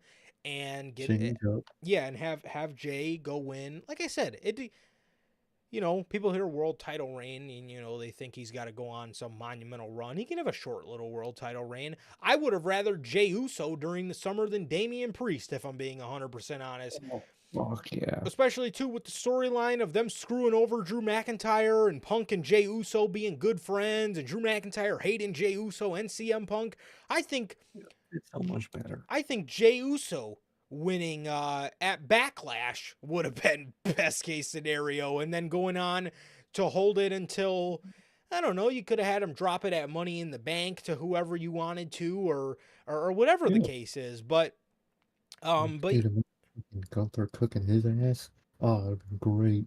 yeah, yeah. I All the mean, shit they know, their history of their fucking oh, dude, he would have went in on his ass. yeah, yeah, exactly, man. But I don't know. I don't know. But I would like to see Jay. You know, I would like to see Jay do it. But two, the thing with Jay Uso, man, they've showed you on a silver platter, that they have nothing left for him to do as a singles. They've showed you Yeah, that he is the backstage hype random talent guy up, and do a go out, weird, hype the crowd up, and that's it. yeah, go out, hype the crowd up, kind of tell this, story with the Judgment Day that just screams, I'm waiting for the bloodline to get back together, and then he's gonna go, deal with his family business. But yeah, man, I Exactly. mean, um, yeah, man, like I said, I think that, I think it's time for sure. I think, like I Yeah, said, they've showed you that they have nothing left for Jey Uso as a singles, at least for now. So yeah. definitely. So where were we? Oh, okay. Jumping back to the Lucha Bros for a minute. Penta L0M is expected to arrive in Orlando this week as the Lucha Bros make the move to WWE. Um, since his AEW deal is set to expire on August 31st, and his brother Ray Phoenix is expected to join him when his deal is up in September. So it looks like Pentagon is already moving over to Orlando, man. So I guess he's getting situated, and he's getting situated for the move to WWE, man. And hopefully Ray Phoenix isn't too far behind him, man. But I'm interested to see how they're going to debut them. And I'm just interested to see how they bring them in, and all that type of stuff, man. So it's going to be interesting for sure. But it looks like, rest assured, if you were wondering if Penta is making the jump, because it looks like he is already, getting all moved and situated to Orlando, man. So, yep. Definitely, man. Definitely good for him, and I can't wait to see how all this goes down, man. Yeah, absolutely. Um, Speaking of returning to the company, AJ Styles. AJ Styles reports that AJ Styles reports, PW Insider reports that the real reason AJ Styles did not return on last week's episode of SmackDown is because the company had already finalized their creative plans and decided it wasn't the right time for his return. Despite this, Styles is expected to return to TV and storylines before Bash in Berlin on August 31st. So, yeah, man, It's it a good. looks Better, definitely. better to wait until you have something for him and just return him, and then he's just there doing nothing. Exactly. And two, it's good to return him on a week where people can remember it, because last week was kind of the whole, that last week was the Roman Reigns show. It was OMG, Roman Reigns is returning to SmackDown, type of SmackDown. It wasn't really the episode that people were necessarily talking about AJ Styles, or going to be talking about AJ Styles, because all people were going to be talking about was Roman Reigns coming back. So it looks like they got stuff for him, and it is finalized, but they just figured it wasn't the right night, and that is respectable, man. And yeah, so I just really question what they're going to have him doing. No, I really am. So hopefully it's something good, but I mean, we'll just have to wait and see on what they decide to do, man. Another guy,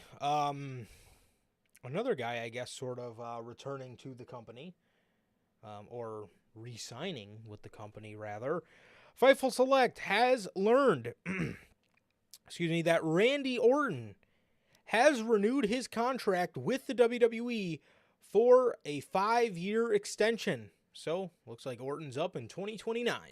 Um, Hell Orton, I mean, there was not He's any sort of chance Orton was going anywhere anyway. Orton's staying with the company. He's again, he says he wants to wrestle till he's about 50, man. So I mean, at Survivor, as a matter of fact, at Survivor Series, I think he motioned to the crowd he's got 10 years left.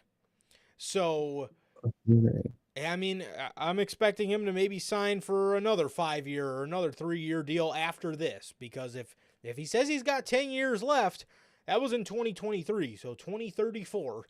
It looks like is what Randy Orton's plan is. And I hope that all goes well for him, man. But yes, Orton has resigned, and that's expected, man. I mean, I didn't expect Randy going anywhere, anyways. Exactly. Exactly. I didn't see it at this point at all anymore. So I've obviously staying and we'll have him for a while, man. And due to his style in the ring, he was able to longer Longevity. longevigate his career for this long, and it seems like he's got around 10 years more. Definitely. Definitely, man. So, yeah, man. Well, with that, man, another possible return to the company, man. This one is very interesting, bro. An interview with Carlo Perusa is reporting that Big E could be cleared for in-ring action within the next 12 months. Mm, This that's is interesting. very interesting because we just talked about why Hmm. they could be starting this whole New Day storyline. I think you might be right in what you said. They could break up for right now, and the person that's going to bring them back together is a returning Big E. It very well could be, and that would be incredible. That's really dope. Yeah, I like the sound of that a lot, man. And Yeah. man, for his sake, I hope he can come back. Oh, absolutely. Absolutely. Yeah, I mean, Biggie is, I mean, Biggie is the man, bro. I mean, he really is. And it obviously broke everybody's heart, what happened to him. And I really hope that that wasn't the end for Big E, man. I really hope it wasn't. And it is unfortunate that this man has been out of action for 2, probably almost 3 years. And man, just to even get him back, man, is going to be cool enough. And I know if he does come back, man, Triple H is really going to go all out and hopefully tell a really nice story with him in the New Day, man. And what's more important though, if Big E can come back, that's very cool and all, but what's even more important though is that, throughout this whole process, I mean, talk about somebody who is just talk about somebody who has exuded the power of positivity.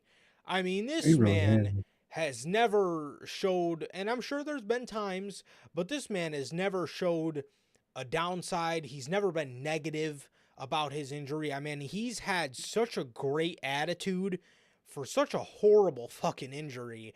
And um and yeah, man, I really hope it pays off for him because like I said, bro, he's been so positive. Even if this was all over for him, even if this was all over for him, he's remained so positive and just the mindset of saying, "Hey, I started wrestling to wrestle. I didn't start wrestling to be in a wheelchair for the rest of my life. So if it's over, Exactly. it's over. It's If it's over. not, it's not." Um, Exactly, dude. And that's really fucking awesome to see. yeah, man. And again, whether Big E gets them back together or maybe Big E's a little upset because he's replaced. Maybe we get a heel Big E. I mean, Maybe. either It's gonna be way, interesting. it's going to be very good stuff, and I'm very excited to see what they do. Maybe Triple H can even give Big E the proper WWE title run that he was due. Um, but yeah, man. I mean, if this is anywhere remotely close to being true, this is just awesome news. It is absolutely it's awesome news, and I love to hear that, bro. I really do. No, I really do love to hear that. And hope that's true, man. I hope everything goes well. So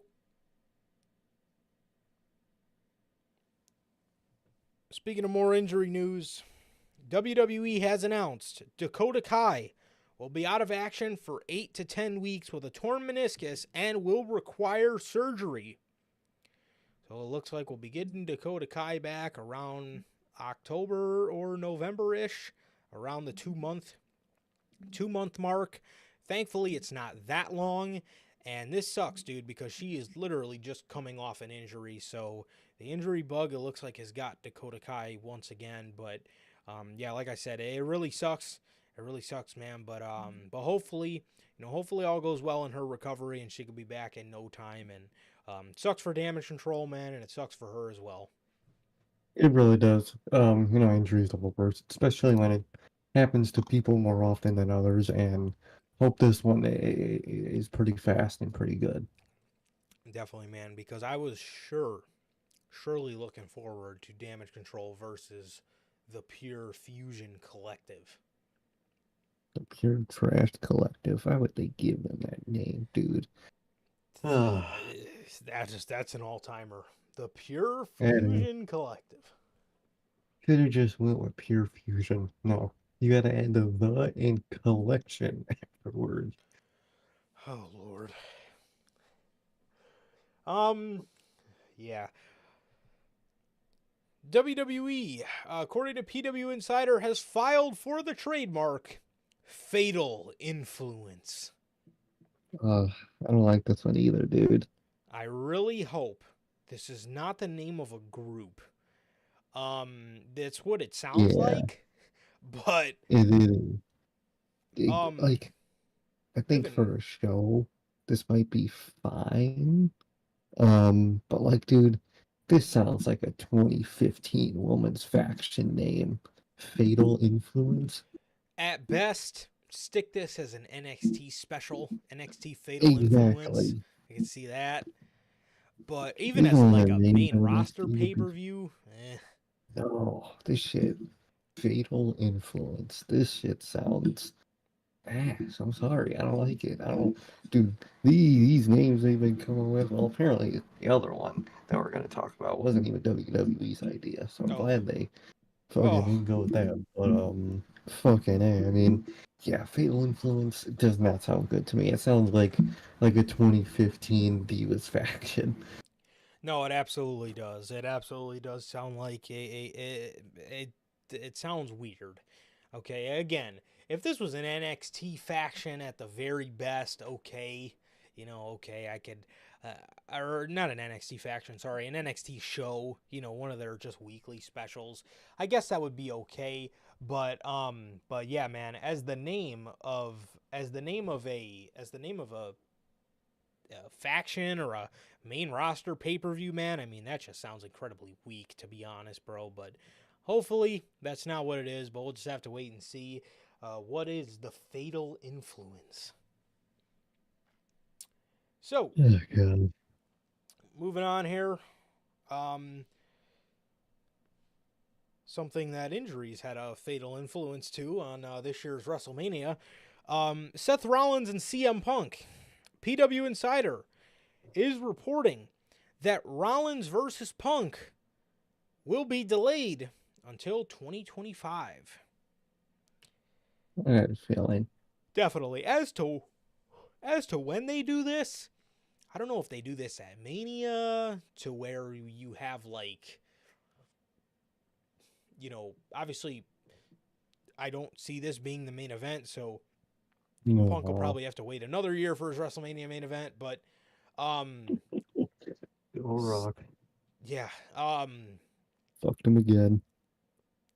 Yeah, I mean, I see, I'm assuming whatever the world title is main eventing night one of WrestleMania, and I don't see CM Punk as the world heavyweight champion by then. I honestly see it being Gunther versus somebody. I'm not entirely sure who, but no, I definitely see Rollins and Punk being a Mania match. I feel that it could be a Mania match. Obviously, they're not gonna have a match of this magnitude take place at Mania or Elimination Chamber.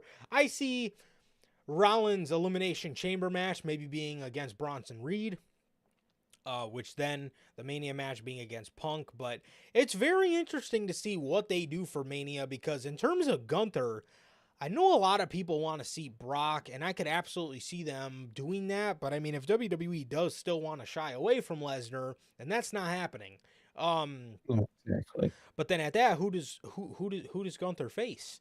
You know, Dragunov? Is WWE gonna have Dragunov ready at that point? Probably not. Doubt it. Maybe Breaker, maybe Cena, maybe Yeah, Cena. maybe. Gunther, I mean, we ran the story a couple weeks ago that Gunther and Cena is one of the huge marquee matches planned for John Cena's final WrestleMania, but I honestly see Cena's final WrestleMania being against Orton. You know what I mean? So I don't know. Mania is very cloudy this year as to what exactly they're going to do with the whole thing, but Rollins and Punk could be happening at potentially WrestleMania, man. Yeah, Rollins and Punk could be happening. You know, guys, maybe, just maybe, it might be another great year for a WrestleMania match card fantasy booking special. Because, man, I mean, this Mania is definitely very interesting to book. It is. You do a lot of different things. So maybe sometime this fall, we will maybe get that in the works, bro. We definitely want to start doing more bonuses for you guys, bro. So, Oh yeah. So yeah, man. But yes. Yeah, I see this being delayed till Mania. Like I said, I think when Rollins comes back, and please keep the fucking guy out until the end of the year, I would have him. Okay. I would have him eliminate Bronson Reed from the Royal Rumble. You know what I mean? Then It worked sparking a out. match for Elimination Chamber. Maybe then have Punk eliminate Rollins in the Rumble to set up something for Mania. Something like that, I think, would be best case scenario. But looks like Rollins and Punk is getting delayed as expected. And please, just keep Rollins out the end of the year. I don't even care if he's good to go by October. Just give him an extra 2 months to heal, please. Exactly. Just let him heal. Keep him gone, and just let him heal, man. Please. Absolutely. So that is that. Speaking of more premium live event news, Wrestle Insides. That is just a. That's a name. That's a name. It's a name. Fucking hell. They are reporting that the third Clash at the Castle event is being planned by the WWE as a future premium live event at the British Isles or Ireland. Hey. Pretty interesting, man. I'm not exactly. Let me see what the British Isles are. Maybe Bell, give me a hand here. Exactly. We need your expertise over here. British Isles. Okay. British Isles are a group of islands in the North Atlantic. Okay, so Scotland, Wales, England. Okay, so it's just Ireland. the group of islands that's like Scotland and Ireland, and the ones that no one cares about. Yes. Yes. Yeah. So, Northern. Okay. Northern Ireland, Wales, England, and Scotland. Okay. And I mean, again, judging by the reports, it looks like it will most likely be Ireland because they've. Again, I mean, you got to think if they do London. Gotcha. Mm-hmm. Thank you, Bill. Thank you for the assist. If they do Ireland, they've done Scotland for Clash. Yep. They've done Wales for Clash. If they do London, England for SummerSlam, this would obviously leave Ireland. This would obviously leave Ireland as one of the big markets that they can still do, unless they do, just somewhere else in England. That could be the case too, but it looks like it's most likely going to be Ireland. And hopefully, man, we could see a Finn Balor championship crowning at a Clash at the Castle, and we can have a Clash at the Castle with a fucking good ending. Now, well, not necessarily that the endings of the last two were bad, but a happy ending, I guess. Yeah, exactly. A genuinely happy ending. We need one at one of these, please. Gotcha. Okay, I'm I understanding get though. you. What would we do without you, I'm man? telling you. I have no clue Um, what's going on over there. yeah, bro. But um, yeah. I mean, this is interesting, man. This is interesting. I definitely. I mean, we were supposed to see a takeover in Dublin, so you know that they wanted to do something of this sorts. And I would absolutely love to see a Clash at the Castle in Ireland, man. I think it would be great. I think it would be great for Becky. I think it would be great for Finn and JD. I think it would be great. I think it would be great, man. And I think that's a market they haven't gone to that I think could be really, really, really fun to do a pay per view and to do a Clash at the Castle in, man. So I think it would be awesome. I'm all for these international pay per views, man. I really am. I am, and I can't wait. And Ireland sounds like a really good spot, man. Yeah, I really don't give a shit where it is, bro. I No, love me an dude, international pay per view.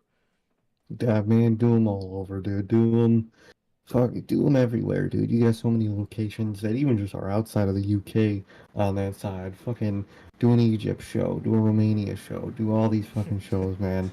Oh, Russia could be cool. oh, Fucking, I really? don't know if they can, but um, I don't know if they can do one of those. But dude, you got so many shows. Do them all, dude. Did they do Spain? That's the one people think is getting backlash.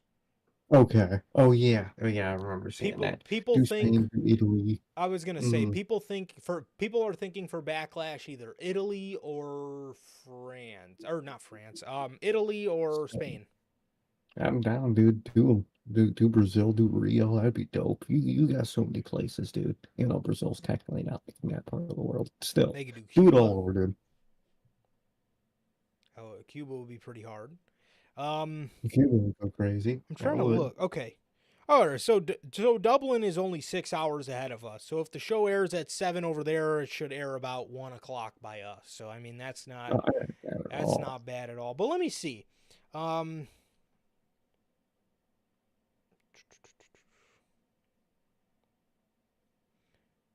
So WWE announced.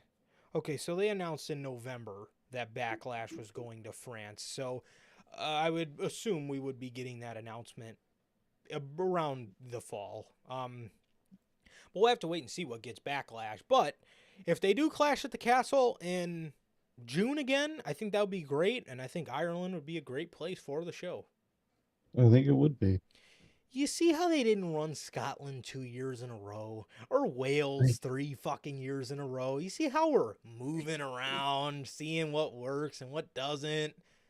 It's not like they won't go back to these places at Yeah, some point. It's like, exactly. dude, fucking rotate them. Fucking explore. Mm. Please. It was like that one year. It was like that one year they did London and Money in the Bank 2023.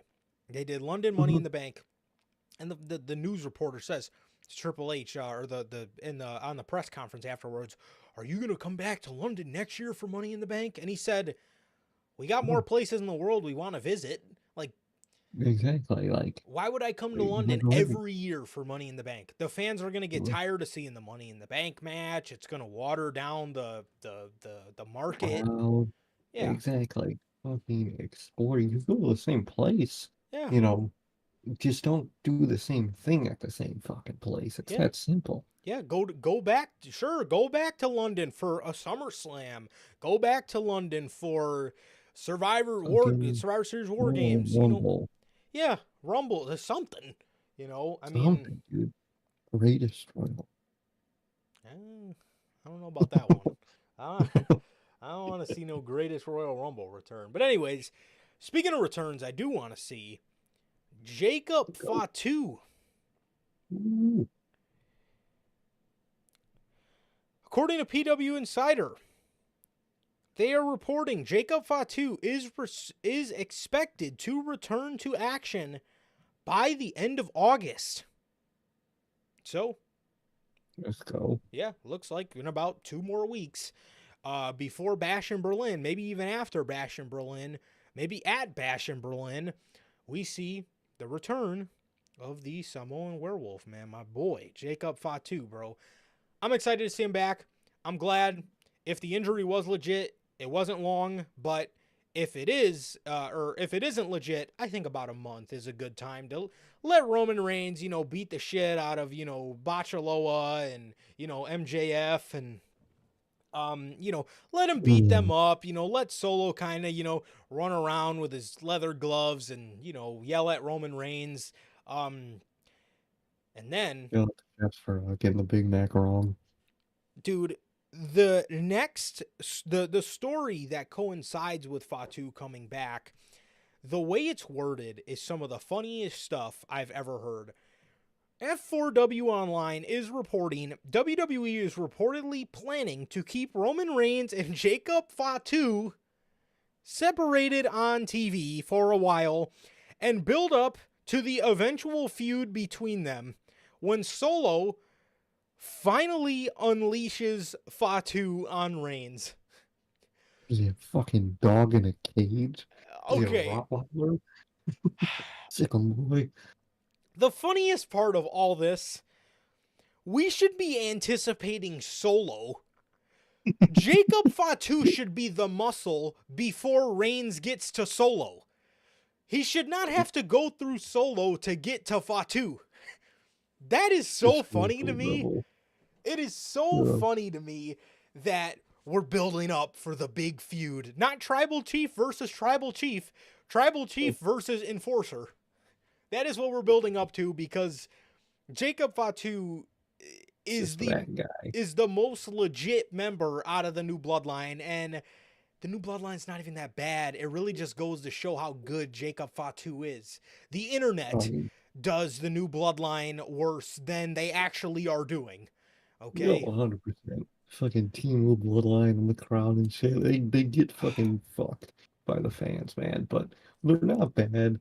But at the end of the day, Jacob Fatu is just that leagues above him. Yeah. He's just built like that, bro. He is. He's just got it all. Dude, I'm reading this last night and I'm just laughing. Like, dude,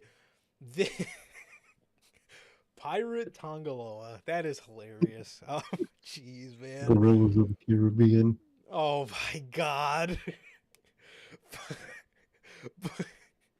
But no, I'm reading this last night and I'm thinking to myself, I feel like all this anticipation should be WWE's building to the eventual feud between Solo Sikoa and Roman Reigns. And here we are, they're building to the eventual feud between Jacob Fatu and Roman Reigns. And that is, don't get me wrong, that is exactly how it should be. But it is just hilarious that that is what it is but I'll tell you what, this right here, this is a future world championship match right here. Easy. These two, dude, Jacob fucking Fatu and Roman Reigns in the ring with each other. Everybody likes to use the phrase feed families. This is going to be really good, man. Like, really good. And you can just tell the way the bloodline looks without Jacob Fatu is they need him. They need him. They need the fucking guy.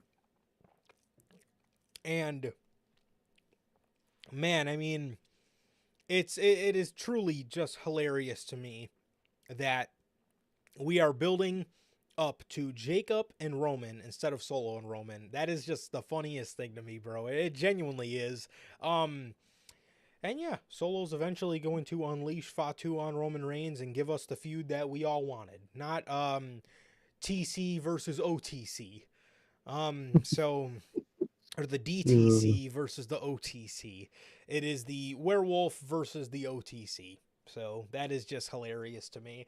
But Jacob Fatu is expected back at the end of August, and, they're going to build to the eventual feud with him and Roman Reigns. Hilarious.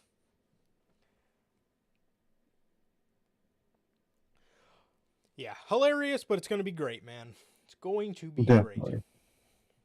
And for our final news story of the day, let me just make sure nothing snuck past us.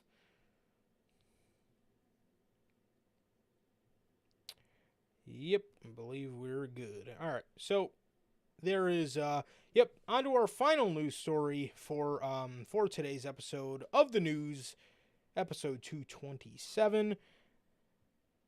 We got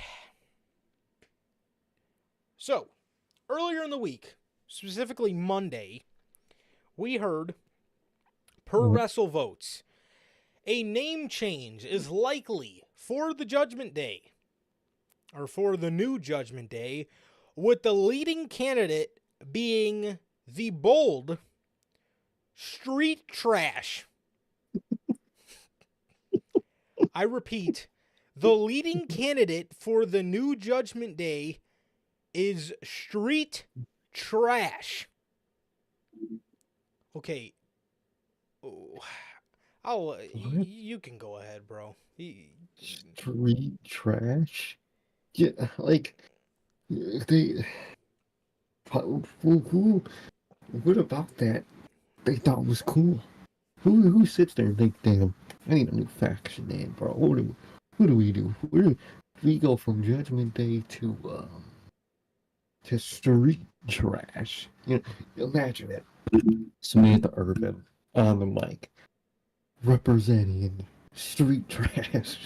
Like, Oh, you're gonna when you come out for a match, they're gonna say you're representing street trash. That alone is just like, okay, scrap it. But like, imagine fucking on the tag titles, the fucking street trash side plates or nameplates, street trash. Like, come on, dog. your Come new on. Raw Tag Team Champions, Street Street Trash. like, what happened? The What? tag team champions of street trash. You get like, dog. I mean, that's the name of the tag team division. I mean, but Lord, the It's named name your previous world champion, but fuck. Street Trash. God. Good God. That is fucking awful. That is just awful. So, the next thing we heard per WrestleVotes a couple days later, WWE. Oh, I'm so glad that Vince is not running the show no more.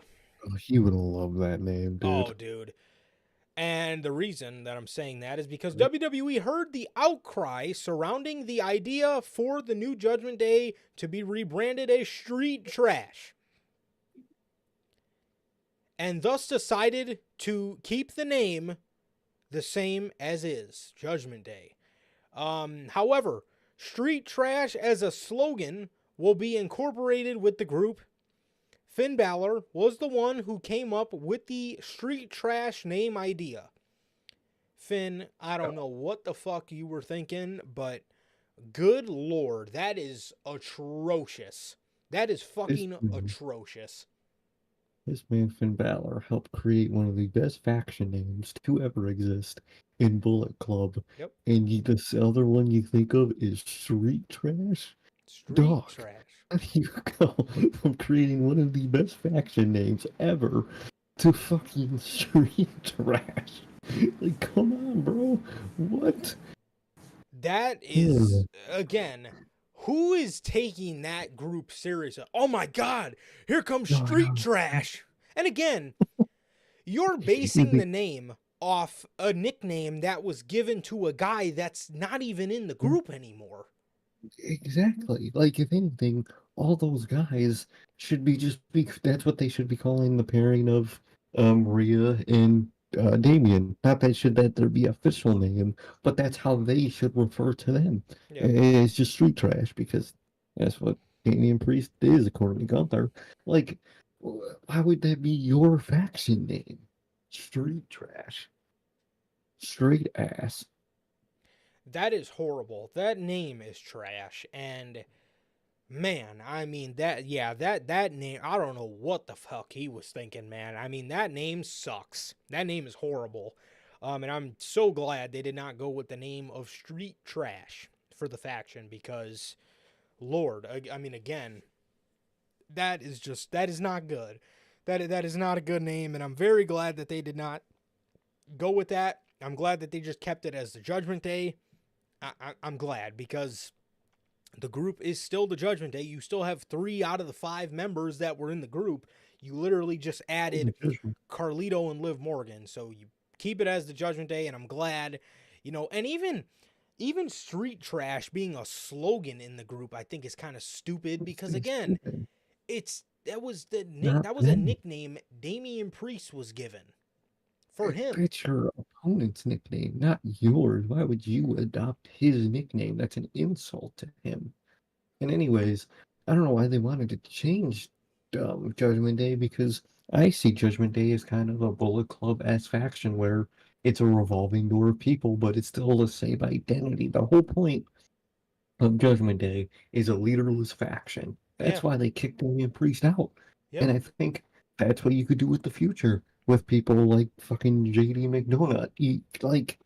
I think that's the point of faction, and just keep the name, dude. No point in changing the name. Keep the identity for years to come. Absolutely. I actually think that would be a faction that is very good to have the revolving door kind of essence around it is Judgment Day. I mean, they have really good they have really good branding. They have really good branding, They do. And like I said, the purple theme. yeah, and I mean, again, you can have the group kind of be centered around a leaderless faction, and when your ego gets too big, you get kicked out. Who did? Exactly. It's as simple as that. Same way with Bullet Club. You're a leader, you introduce someone in, they gain popularity, they gain traction, they overthrow you as leader, and so on and so on. It's a good idea that it's not always around, and WWE finally got their version of that. Stick with it, run with it. Absolutely. Yeah, and I would like to see that. I would like to see that. Do I think that's going to happen? Probably not. The way WWE is with factions. They're gonna scrap it at some point. I was going to say, the moment the faction gets too bad and they kind of just want to blow it up, they'll blow it up. But as for now, no reason to change the name, especially not to something like Street Trash. Street Trash. No need to change the name, no need to change the theme song, no need to change the logo, just keep it the same. Just keep it the fucking same as it was, and you will be fine. You will be fine, man. But yeah, man, like I said, bro, please, just please keep it the same. And again, whoever came, Finn, dude, what a bad idea. What a horrible idea. That would have killed the group, man. Street Trash. Dude. Street Trash. Oh, that's awful. Fucking Finn. Dog. How? Yeah, that is really bad. Yeah, I mean, that is really, really, really bad. And thankfully the idea was nixed. And they decided to keep the group as is. But yeah, if this was old WWE and they wanted to go with Street Trash, it would have been Street Trash, bro. And I'm glad WWE heard people didn't like the name, so they fixed it. Vince would have ran Street Trash. Oh, it sounds so grimy and edgy. Let's do it. Street Trash. Make the shirts. Yeah, he would have loved it. I'm so glad he's gone. Yeah, that is really, really, really bad. But yeah, man, I mean, that's the news on the Judgment Day, possibly, or was about to be rebranded. Thankfully not. And yeah, man, that is the news for today's episode, man. That is everything we got here today for you guys, man. Thank you guys. Oh, dude, those shirts most definitely would have had trash cans on them. Oh, yeah, they would have had them fucking silver gimmick trash. Oh, it would have been all over. Yep, Good lord. It would have probably been the trash can with like the little Judgment Day Grim Reaper guy coming out of it. Oh, Lord. That would have been bad. That would have been really so bad. Thankfully, it got fixed, man. But with that, that is going to do it for this edition of the Notorious Hills Podcast, another edition of the news. And thank you guys so very much for joining us here today on today's episode of the news, man. And with that, like I said, man, that is going to do it. And it has been always, always, always a pleasure for my Johnny. And I, Sir K. And that is going to do it for this edition of the news, man. Thank you guys so very much for joining us, man. And with that, that is going to do it for episode 227. Ladies and gentlemen, thank you so much for joining us. And with that, please like, comment, and subscribe. Thank you guys to everybody who came out, man. Thank you guys. We love you guys. Please like, comment, and subscribe. And we will see you all on Monday with Unscripted. Peace.